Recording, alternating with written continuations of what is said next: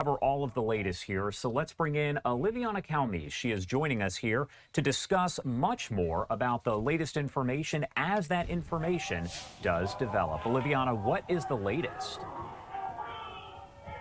Yeah, Josh, we've been talking about the protests that have been popping up since the shooting. I'm outside the Whipple building. It's a federal building, and there are Border Patrol agents. You can hear some people yelling behind me.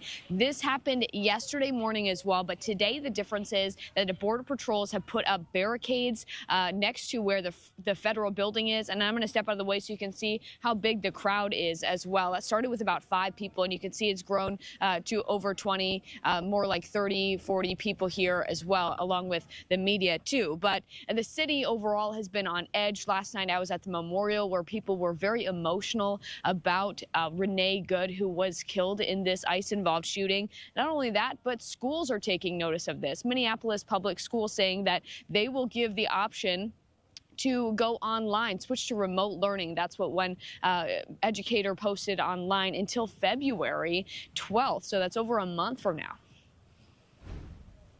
ICE agents deliberately wait outside the school building during drop-off and pickup times, trying to catch parents and take them away.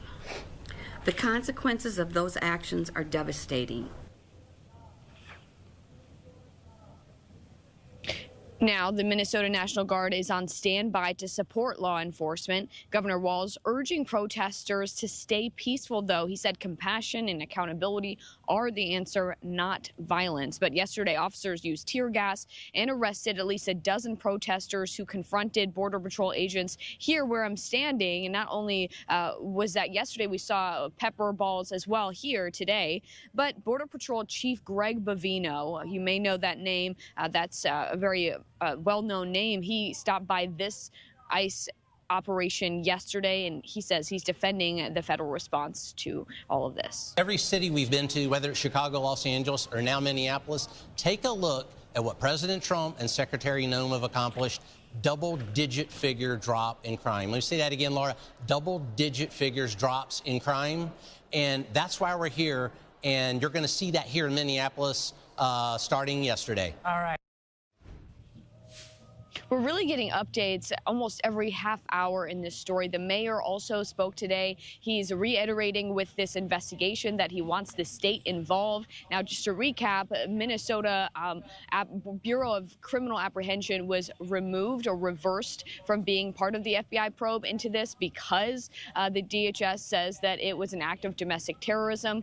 Regardless, the people here, Governor Walz, the mayor of Minneapolis, say they want to be involved as much as possible in all this. Josh. All right, Oliviana, thank you so much for that report. I'm sure we'll be in touch here as the investigation does continue.